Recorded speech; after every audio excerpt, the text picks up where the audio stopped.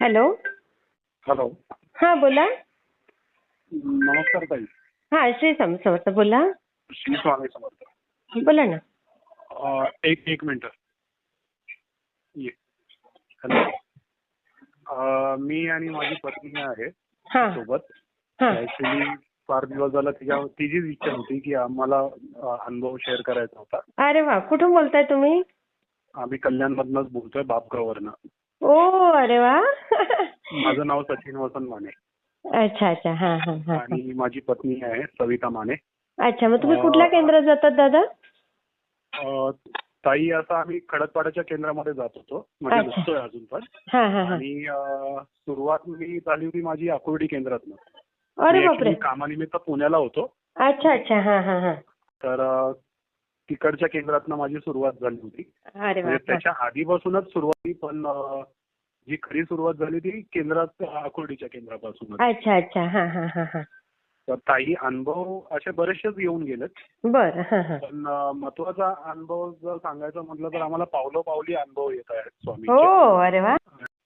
कधीच असा दिवस गेलेला नाही की मी रिकाम्या हाताने राहिलोय. म्हणजे रिकाम्या हाताने म्हणजे कधी पैशाची चणचण अशी लागलेलीच नाहीये. जेव्हापासून स्वामी आहेत, अरे वा. आमच्या आयुष्यात आलेले आहेत, तेव्हापासून असं कधी असं वाटलं नाही की पैशाची चणचण कुठे लागली आहे, हे अगदी पैसे कुठे खरं. आणलेत.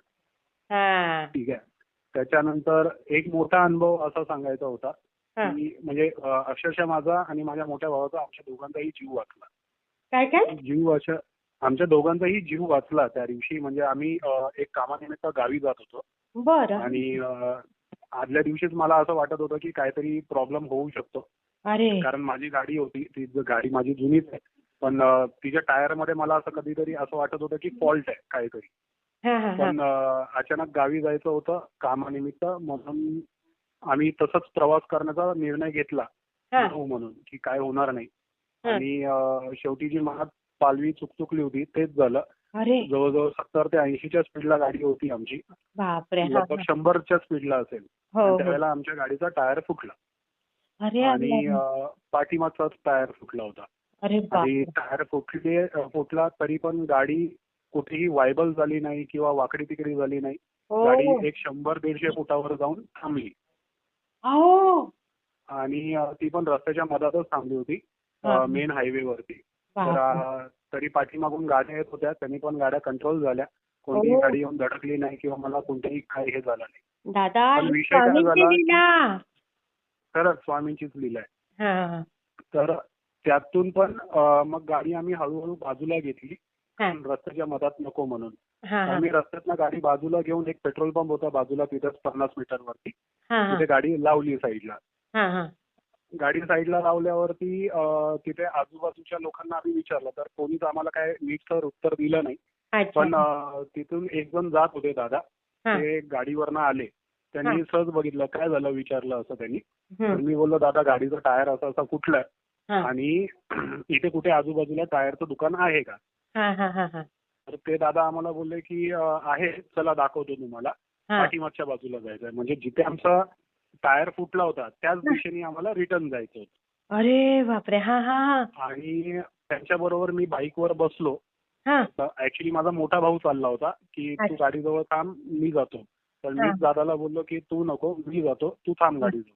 हा आणि तसं त्याला थांबवलं तिथे आणि मी त्यांच्या बाईकवर बसलो आणि त्यांच्याबरोबर जायला निघालो.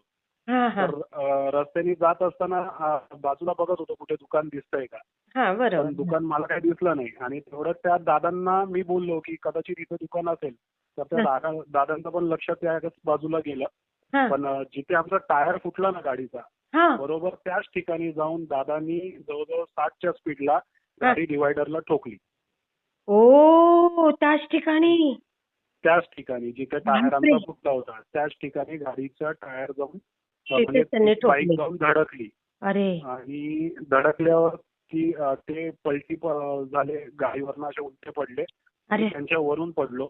अरे पण मला कुठेही लागलं नाही, पण त्या दादांना तोंडाला लागलं होतं, डोक्याला लागलं होतं, आई हाताला लागलं होतं, गं. पायाला लागलं होतं.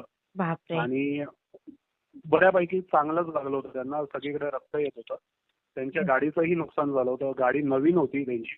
अरे बाईक. बापरे. त्याचा हँडल थोडासा म्हणजे हँडल नाही ते सॉकेट्स जे असतात ते हा. थोडेसे बँड झाल्यासारखे झाले होते. अरे अरे अरे अरे. हा. आणि समोरून जेव्हा गाड्या येत होत्या म्हणजे आमचं अजून नशीब त्यात एवढं चांगलं हं. की ज्या डिवायडरला गाडी ठोकली हा. आणि आम्ही ज्या दिशेला पडलो ते हा. हायवेच्या दिशेला पडलो होतो. त्यात जर बाप. एखादी गाडी जोरात आली असती तिकडनं तर हो. आम्ही चिरडलो गेलो असतो. खरंच पण खरंच. स्वामींचीच कृपा अशी की आम्ही रस्त्याच्या बाजूलाच पडलो पण मधात नाही पडलो. पण हो. त्या दादांना पण एवढं लागलं पण ते उठले. हा. बाकीच्या 1-2 गाड्या आल्या ते थांबले. ते पण बोलले अरे तुम्ही असं कसं काय पडलं. हा. एक जण जे आले होते गाडी घेऊन ते बोलले मी तर तुम्हाला बघत होतो. अय्या. तुमचं लक्ष एक मिनिटाकरता दुसरीकडे गेलं आणि तुम्ही धडकला. बाप. असं त्यांनी आम्हाला सांगितलं. अच्छा. आणि जेव्हा गाडी धडकली तेव्हा आम्हाला पण कळालं नाही की नेमकी गाडी धडकली कशी. अरे अरे अरे अरे. बघा. असा विषय झाला होता. तर मग त्यातून पण ते उठले दादा. त्यांना मी बोललो दादा तुम्हाला खूप लागलाय. तुम्ही एक काम करूया आपण गाडी इथेच राहून द्या आपण कोणत्या तरी बाजूला दवाखान्यात जाऊया. हा हा. बरोबर. ते दादा उठले बोलतात मला काही नाही झालं. म्हटलं, तुम्ही जाऊन बघा तुमचं रक्त खूप वाहतंय. तर मला कुठेही लागलं नव्हतं.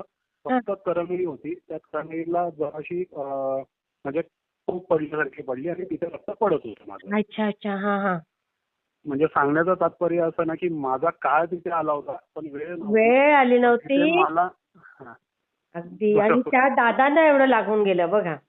त्या दादांना एवढं लागलं आणि माझं रक्त तिथे सांडायचंच होतं.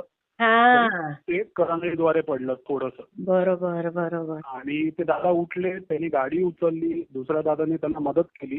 हा. गाडीचा टायर खेचून जरासा तो सर बाहेर काढला. हा. ते बोलले मला माझ्या कंपनीचा दवाखाना आहे तू हा. जाऊन पहिला तुझा इलाज कर. ओ. असं ते बोलले. मग ते दादा स्वतःच गाडी चालू केली आणि तसेच ते निघून गेले तिथनं. मी हा. त्यांना बोललो पण की दादा काय खर्च झालाय काय माझ्यामुळे तुमचं नुकसान झालंय. हा. माझ्याकडे काय बघत बसू नको तुझं तू बघ जाऊन. अरे. माझ्याकडे कंपनीचा दवाखाना आहे मी तिकडे जाऊन बघतो माझं काय करायचं. हो. बघा. नाहीतर एखाद्या आणि व्यक्तीने त्याचा फायदा उठवला असता किती पैसे नक्की. घेतले असते. पण हे बरोबर. स्वामीच होते ते तुमच्या बरोबर की जे त्यांनी स्वतःवर घेतलं ते संकट. नक्की.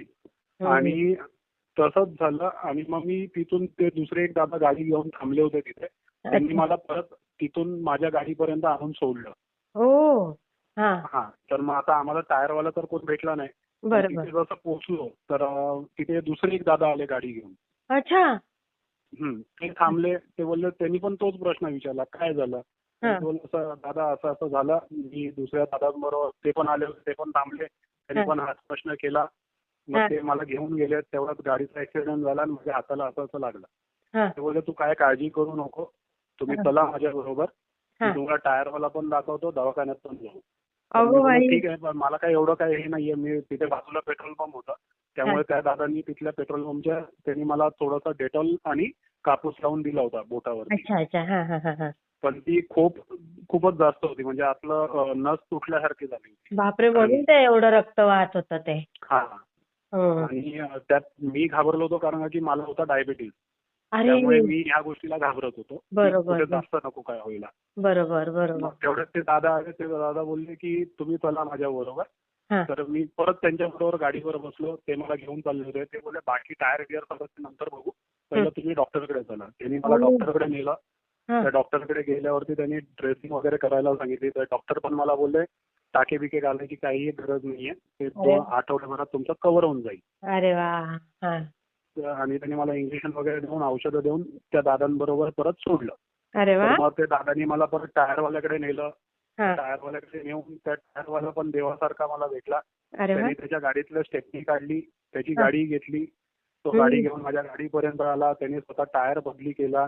माझी गाडी घेऊन परत त्या टायरवाल्यापर्यंत गेले. अरे तिथे वा. ते टायर आम्ही दोन्ही नवीन टाकले. हो. तोपर्यंत ते व्यक्ती माझ्या बरोबर होते. बघा असं आणि कोण देतो एवढा वेळ नाही तर. अशा वेळेला कोणच थांबत नसतं. खरं आणि कोण खरं. एवढा वेळ पण देत नाही. हे आणि फक्त अक्षरशः स्वामींची सेवा केल्यामुळे ना दादा तुम्हाला सगळं मिळालं. खरंच आहे ते. हम्म. आणि हे ठिकाण होतं पारगाव खंडाळा. पारगाव खंडाळ्याच्या इथे. आणि ते जे दादा होते जे माझ्याबरोबर टायर बदली करून टायर नवीन झालेपर्यंत माझ्याबरोबर होते. त्याच्यानंतर मी त्यांचा धन्यवाद मानला आणि त्यांना बोललो दादा मी तुमची काय मदत करू का. ते बोलले मला काय मदतीची गरज नाही. हे माझं घर बाजूलाच आहे. तुम्ही जावा. आता हो. आता टेन्शन घेऊ नका, तुम्ही बिंदास झोपा. बापरे! एवढं किती सुद्धा त्यांनी छान. वाक्य वापरलं आणि त्यांनी माझ्याकडनं कोणती मदत सुद्धा घेतली नाही किंवा काही नाही. उलट असं बोलले, तुम्ही आता बिंदास जा. अरे वा, किती छान. हे स्वामी सेवेचं फळ आहे दादा. मग तुम्ही काय काय सेवा खरंच करता? ताई, अशी फार काय मोठी माझ्याकडनं सेवा घडत नाही. हा. मी नित्यसेवेच्या करतो. अच्छा. त्याच्यामध्ये 3 अध्याय दररोज आणि 1 माळा असते. अच्छा. कधी मग 21 पारायण पण आता झाली माझी. हा हा असेच हा. काही जी काही सेवा करता येईल तेवढी मी करण्याचा प्रयत्न करतो. अरे वा वा, खूप छान. आणि ताई, अजून एक फार मोठा अनुभव आहे. हा. सांगू का? तो नंतर सांगा हवं तर. उद्या उद्या तुम्ही चालेल, दुपारी काही सांगितलं तर चालेल, कारण आपण छोटेच अनुभव घेतोय ना सध्या. चालेल, त्यांचं काही फार हरकत नेट पॅक संपतं ना सेवेकऱ्यांचं. नाही, काही हरकत नाही. हा. चालेल, मी पुन्हा ठीक कधी आहे. मला संधी मिळाली आणि कॉल नाही, करता उद्या तर केलं नक्की तरी करेन. चालेल ना दादा, तुम्हाला वेळ असेल तर. उद्या चालेल, नक्की नक्की. नागपंचमीच आहे ना उद्या, आम्हाला सुट्टीच आहे. चालेल. उद्या हा? हा अनुभव माझी पत्नी स्वतः शेअर